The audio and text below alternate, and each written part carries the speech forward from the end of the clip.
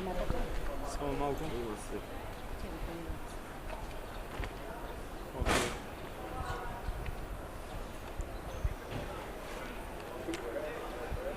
Може. Почитувани граѓани, Никола Тодоров и Никола Груевски се најголемите штетници на здравствениот систем во Македонија.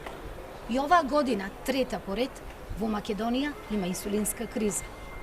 Над 39.500 граѓани во Македонија со диабет зависат од каприците на Никола Груевски и Никола Тодоров за богатење на криминалната власт, а штедење на најскапоценото нешто – здравието на граѓаните.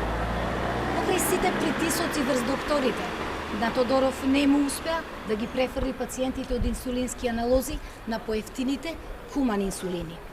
Сега посегна по друга мерка – скратување на испораката на аналози во аптеките за 25%.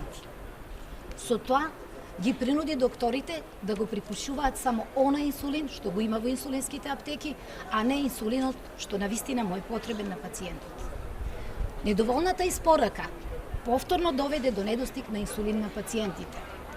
Овој проблем ги принудува лицата со диабет непотребно да шетаат од аптека во аптека во Скопје. Пациентите од помалите градови во внатрешноста пак имаат уште поголем проблем. Немаат од каде да обезбедат инсулин, па мораат да патуваат во соседните градови.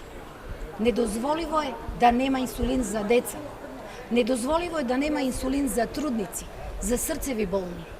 Недозволиво е пациентите да патуваат во соседните градови за да набават едно по една пенкало. Осцилациите на крвниот шеќер сериозно го нарушуваат здравието и водат до непоправливи последици. Наместо да води сериозна грижа за здравието на граѓаните, криминалната власт фаворизира одредени тендер релации со добавувачи, а на штета на населението. Новиот тендер, кој заврши во понеделникот, предвидува намалување на инсулинските аналози во корист на поевтините, така наречени хумани инсулини. До сега, соодносот на инсулински аналози и хумани беше 75 спрема 25%, а со новиот тендер 50 спрема 50%. Криминалот и корупцијата се на директна штета на здравието на граѓаните. Додека Груевски и фамилијата се богатеше во изминатите 10 години, здравството тонеше.